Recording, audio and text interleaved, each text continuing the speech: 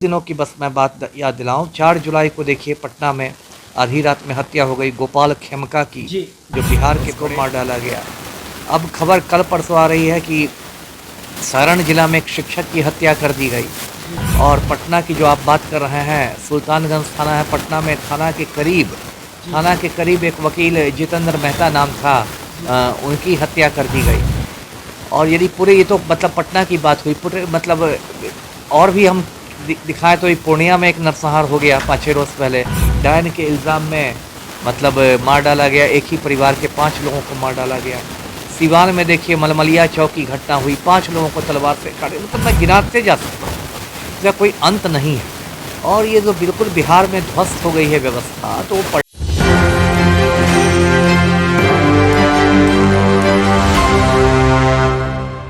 नमस्कार, एक न्यूज़ 24 देख रहे हैं आप पर, मैं हूं आपके साथ साहिल। देखिए, बिहार में अपराधी बेलगाम है। कभी जो है नेता उपेंद्र कुशवाहा को जान से मारने की धमकी मिलती है, तो कभी एमबीबीआई चिराग पासवान को बम से उड़ाने की। और अभी हद तो यह हो गया कि कानून का पाठ पढ़ाने वाले, जी हां, बिहार में वकील की भी हत्या हो गई। जितेंद्र मेहता का हत्याकांड का खुलासा हुआ और उसी दिन बिहार में शिक्षक की भी हत्या हो गई है। और बिहार की स्थिति एकदम बदहाल है। हमारे साथ बातचीत करने के लिए एक आईपीएस अमिताभ दास सर हैं। सबसे पहले स्वागत है जी, बहुत धन्यवाद आपका, थैंक यू। ये तो अब धब्बा सा हो गया है सर कि जो है कानून का जो पाठ पढ़ाते हैं, कानून का उल्लंघन करके जो है उनका हत्या कर दिया।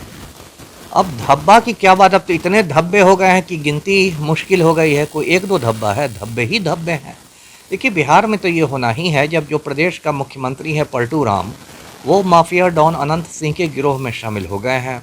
अनंत सिंह के चपरासी बन गए हैं हमारे मुख्यमंत्री। अब जब प्रदेश का मुख्यमंत्री ही किसी माफिया गिरोह में शामिल हो जाएगा, तो वहाँ तो कानून व्यवस्था पर बात करना ही व्यर्थ है ना।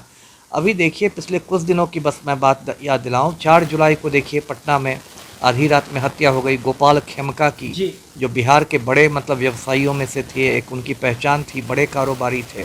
वो बांकीपुर क्लब से लौट रहे थे हुंडई गाड़ी में, और अपने गेट पर उनको मार के चला गया हत्यारा। और गोपाल खेमका के बेटे गुंजन खेमका की भी 6-7 साल पहले हत्या हो गई थी। वैशाली में, हाजीपुर में फैक्ट्री के गेट पर मार डाला गया था।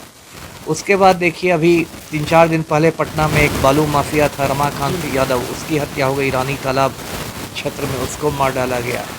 अब खबर कल परसों आ रही है कि सारण जिला में एक शिक्षक की हत्या कर दी गई। और पटना की जो आप बात कर रहे हैं, सुल्तानगंज थाना है पटना में, थाना के करीब एक वकील जितेंद्र मेहता नाम था, उनकी हत्या कर दी गई। और यदि पूरे, ये तो मतलब पटना की बात हुई, पूरे मतलब और भी हम दिखाएं तो पूर्णिया में एक नरसंहार हो गया 5-6 रोज पहले, डायन के इल्ज़ाम में मतलब मार डाला गया। एक ही परिवार के 5 लोगों को मार डाला गया। सिवान में देखिए मलमलिया चौक की घटना हुई, 5 लोगों को तलवार से काटे। मतलब मैं गिनाते जा सकता हूँ, इसका कोई अंत नहीं है।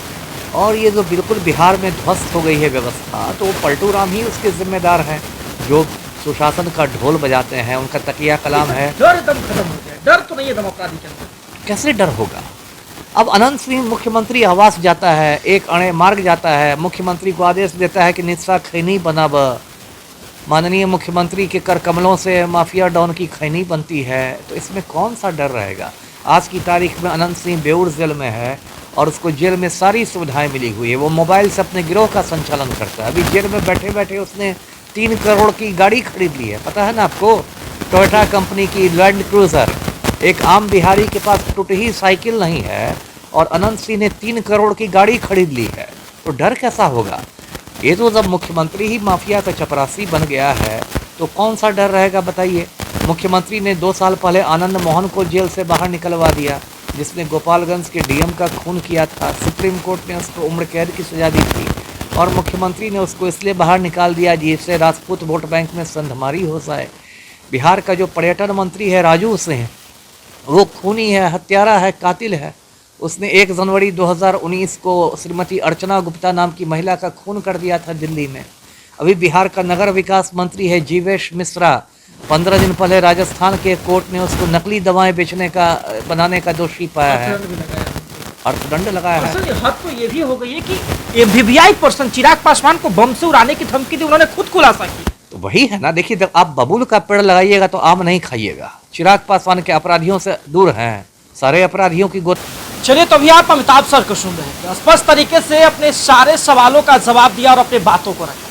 देखिए, बिहार के लिए विडंबना की बात है, जहां पर मोस्ट वीवीआई पर्सन को भी जो है बम से उड़ाने की धमकी दे दी जाती है। ये कोई नया बात नहीं है, उपेंद्र कुशवाहा का मामला आपने देखा होगा, साथ ही में जो है अब चिराग पासवान के साथ भी ऐसा ही हुआ है। अब तो हद ये हो गई है कि जो कानून का पाठ पढ़ाते हैं, जहां जो आम नागरिकों को न्याय दिलाने के लिए जाने जाते हैं, वकील तक की हत्या कर दी जा रही है, शिक्षकों की हत्या कर दी जा रही है। लेकिन फिर भी जो है ऐसी कोई भी परिस्थिति में, जहां ऐसी कोई भी परिस्थिति में एनडीए की कोई भी नेता जो है ट्वीट नहीं करता,